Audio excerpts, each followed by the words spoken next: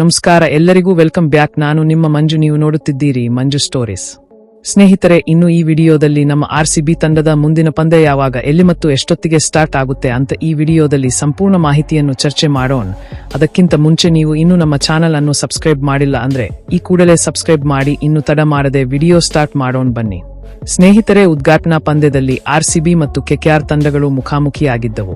Kolkata night Riders ವಿರುದ್ಧ Bengaluru royal Challengers 7 ವಿಕೆಟ್ಗಳ ಭರ್ಜರಿ ಗೆಲುವು ದಾಖಲಿಸಿ IPLನಲ್ಲಿ ಶುಭಾರಂಭ ಮಾಡಿದೆ.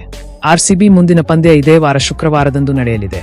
ಅಂದರೆ ಮಾರ್ಚ್ 29 ರಂದು ಎರಡನೇ ಪಂದ್ಯ ನಡೆಯಲಿದೆ. ಸ್ನೇಹಿತರೆ, ವಿಶೇಷ ಅಂದ್ರೆ ಶುಕ್ರವಾರ RCB ಅಭಿಮಾನಿಗಳ ಬದ್ಧವೈರಿ ತಂಡ CSK ವಿರುದ್ಧ ಮ್ಯಾಚ್ ಇದೆ.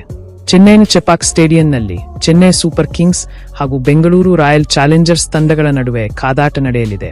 ಶುಕ್ರವಾರ ಸಂಜೆ 7 ಗಂಟೆಗೆ ಟಾಸ್ ಪ್ರಕ್ರಿಯೆ 7:30 ರಿಂದ ಪಂದ್ಯಗಳು ಆರಂಭವಾಗಲಿದೆ.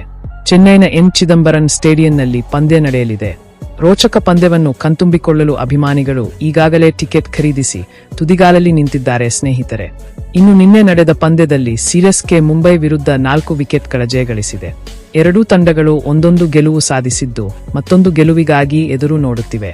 ಇನ್ನು RCB ತಂಡದ ಬೌಲಿಂಗ್ ವಿಭಾಗದಲ್ಲಿ ಸಣ್ಣ ಬದಲಾವಣೆಯಾದರೂ ಅಚ್ಚರಿಯಿಲ್ಲ. ಕಳೆದ ಪಂದ್ಯದಲ್ಲಿ ಹಿರಿಯ ಆಟಗಾರ ಭುವನೇಶ್ವರ್ ಕುಮಾರ್ ಅವರನ್ನು ಬೆಂಚ್ನಲ್ಲಿ ಕೂರಿಸಲಾಗಿತ್ತು. ಸ್ನೇಹಿತರೆ, ಪರಿಣಾಮ KKR ವಿರುದ್ಧ ಬೌಲಿಂಗ್ ವಿಭಾಗದಲ್ಲಿ ಕೊಂಚ ಹಿನ್ನಡೆ ಆಗಿತ್ತು. ಹೀಗಾಗಿ RCB ಬದಲಾವಣೆಯೊಂದಿಗೆ CSK ವಿರುದ್ಧ ಕಣಕ್ಕಿಳಿದರೂ ಅಚ್ಚರಿಯಿಲ್ಲ. ಇನ್ನು RCB ಮತ್ತು ಚೆನ್ನೈ ಪಂದ್ಯದಲ್ಲಿ ಯಾವ ತಂಡ ಜಯಗಳಿಸುತ್ತೆ ಅಂತ ಕಮೆಂಟ್ ಮಾಡುವುದರ ಮೂಲಕ ತಿಳಿಸಿಕೊಡಿ. ಇನ್ನು ಈ ವಿಡಿಯೋ ಇಷ್ಟವಾದರೆ ಲೈಕ್ ಮಾಡಿ, ಶೇರ್ ಮಾಡಿ, ಸಬ್ಸ್ಕ್ರೈಬ್ ಮಾಡಿ. ನಮಸ್ಕಾರ.